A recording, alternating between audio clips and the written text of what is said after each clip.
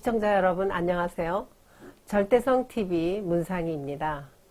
오늘날 우리가 몸담고 있는 지구촌에는 우리가 의식하지 못하는 글로벌 성혁명이라는 아주 거대한 문화전쟁이 일어나고 있습니다. 아기가 응애야 하고 태어날 때 아기의 성기관이 볼록하면 아들이다, 남자다, 그리고 오목하면 여자다, 딸이다 이렇게 얘기합니다. 이렇게 태어날 때 남자, 여자 성별을 가지고 우리 모든 인간은 평생 남자로 혹은 여자로 살아가고 있습니다. 그것이 바로 남자, 여자의 성정체성이라고 말하죠. 그런데 글로벌 성혁명은 이런 생물학적으로 태어난 남자, 여자의 성별 정체성을 완전히 무너뜨리자는 것입니다. 이들은 수십 가지의 제3의 성이 있다고 주장하면서 언제든지 자신이 선택하고 결정한 성으로 성별을 마음대로 바꿀 수 있다고 주장합니다. 이것이 바로 사회학적 성, 젠더 이데올로기입니다. 트랜스젠더란 원래 생물학적으로 남성으로 태어났으나 여성이 되고자 하는 사람, 혹은 여성으로 태어났지만 남성이 되고자 하는 사람을 일컫는 말이지요.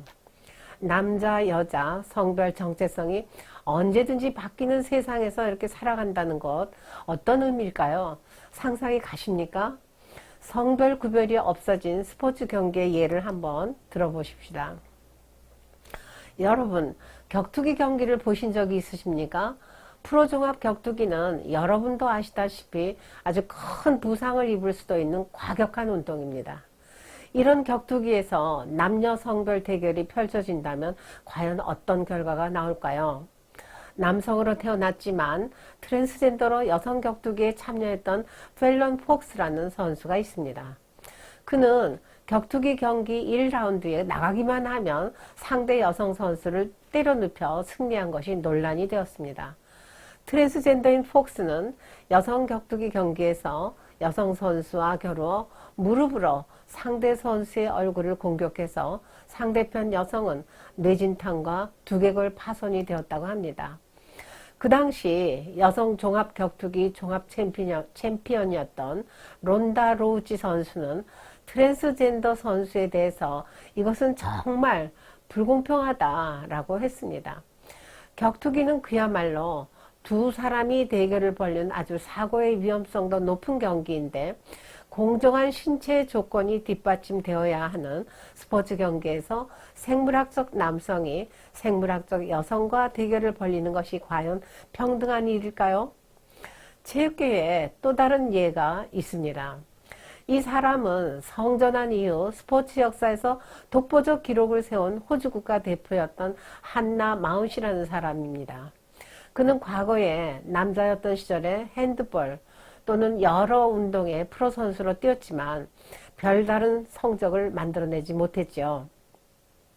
그러나 성전환 수술을 받고 미식 여자 축구로 종목을 전환해서 17골을 넣는 아주 뛰어난 기록을 세웠습니다. 그 덕에 18년도에는 호주 미식 축구 역사상 최초로 트랜스젠더 국가대표 자격을 얻어냈습니다. 사진을 얼핏 보셔도 아시겠지만 키가 189cm에 몸무게 100kg의 아주 거대한 체구를 가진 그가 성전환 수술로 남성의 생식기관을 제거했다고 해서 여성들과 겨루는 것이 과연 스포츠로 아주 공정한 일일까요? 여러분, 이런 글로벌 성혁명으로 남녀의 구별이 없어져서 올림픽에서 우리나라 여성 선수가 다른 나라 트랜스젠더와 경기에서 유력한 금메달을 얻지 못한다면 어떻게 해야 할까요? 또는 이러한 성평등 제도를 악용해서 좋은 성적을 얻기 위해 남성들이 고의로 성별을 바꾸는 일이 자꾸 발생한다면 어떻게 해야 될까요?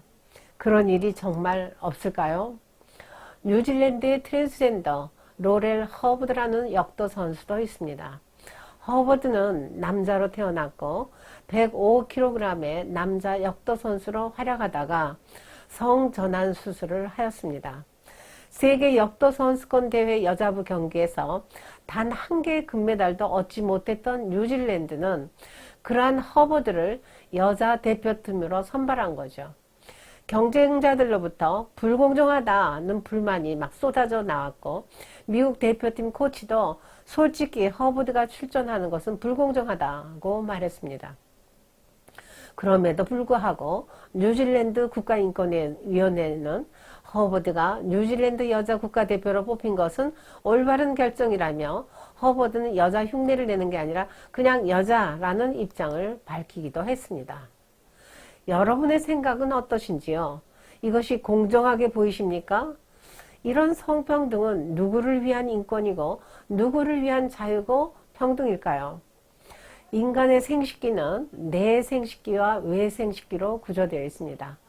트랜스젠더는 생물학적으로 남자이므로 외생식기를 절단해서 사회학적으로 여자가 된 경우입니다.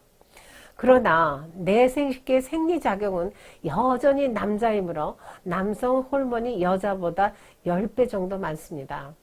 그래서 골격, 근육, 스태미너에서 여자보다 아주 뛰어나죠. 이 의미는 사회학적 젠더로는 여자이지만 생물학적으로는 여전히 남자의 신체 기능을 갖고 있다는 거죠. 남자, 여자의 고유한 생물학적 성으로 태어난 신체적, 생리적, 호르몬적 특성과 또는 심리적 특성을 무시하고 사회학적 성을 주장해서 성기관만 절단했다고 해서 원래 남자 체격이 사라지는 것입니까? 남자는 신체적 구조와 생리적 작용에 여자와 많은 차이가 있습니다. 폐활량에서 성인 남녀의 평균치를 보면 남자는 3,500에서 4,500ml이며 여자는 2,500에서 3,500ml입니다. 적혈구 숫자는 평균 성인 남자의 경우 약 500만 세제곱밀리미터이고 평균 성인 여자의 경우 약 450만 정도입니다. 이것이 무엇을 의미하냐 하면 남성이 여성에 비해서 1.14배 많은 것입니다. 그래서 산소를 운반할 때 헤모글로빈 수가 여성에 비해 남자가 많기 때문에 혈액 속 산소의 흐름이 훨씬 빠르고 남성 영양이 여성에 비해서 높다는 것입니다. 남성이 대개 여성에 비해서 근육이 많고 튼튼해서 혈액 속에 더 많은 산소를 갖고 있으며 신체적 소모에 더 잘 대처할 수 있는 신체를 갖고 있다고 볼 수 있습니다.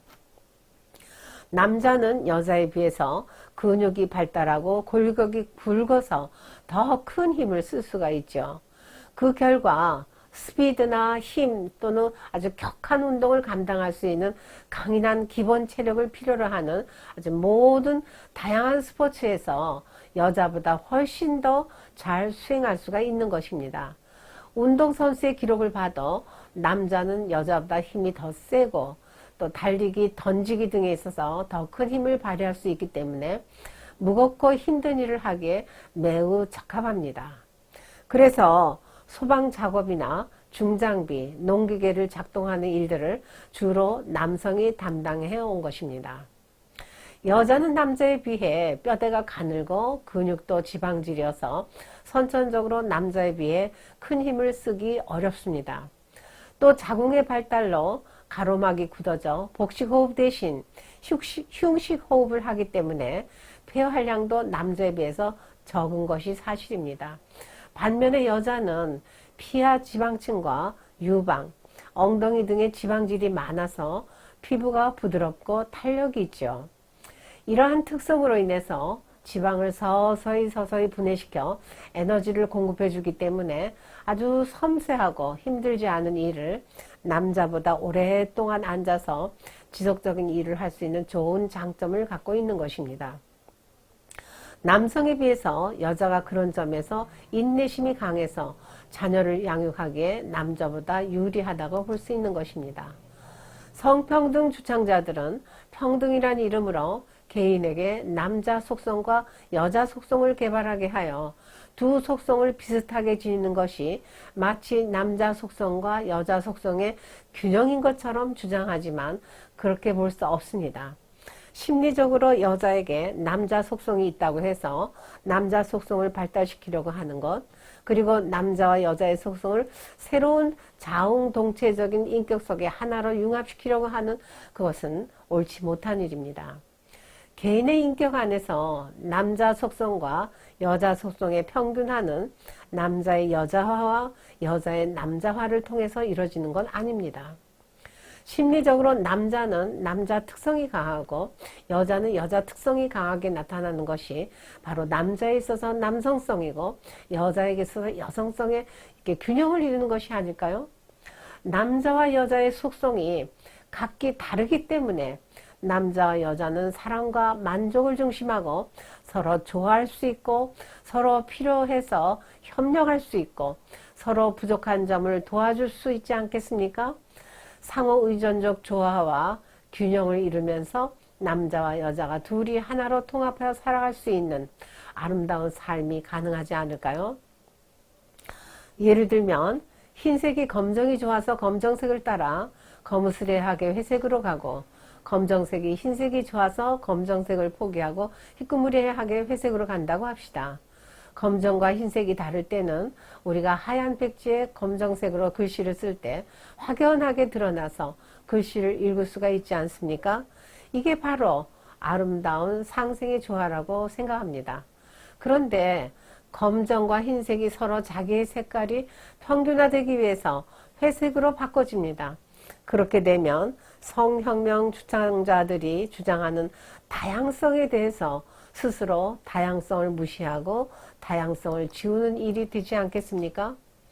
자연이나 인간 세계에서 다양성의 아름다움이란 남자는 여자를 선유 조건으로 여자는 남자를 선유 조건으로 평등하게 공존하고 또 밝은 것은 어두움을 선유 조건으로 긴 것은 짧은 것을 부드러운 것은 딱딱한 것을 또 딱딱한 것은 부드러운 것을 선유 조건으로 높은 것은 낮은 것을 낮은 것은 높은 것을 선유 조건으로 또 깊은 것은 얕은 것을 또 강한 것은 약한 것을 선유 조건으로 공존하면서 서로 다른 것이 함께 상대성을 띠면서 하나의 목적과 방향을 향해서 조화를 이루며 규정을 이루는 것이 바로 다양성과 평등 관계로서 세상을 아름답게 갖고 나가는 일이 아닐까요? 여러분 시청해 주셔서 대단히 감사합니다.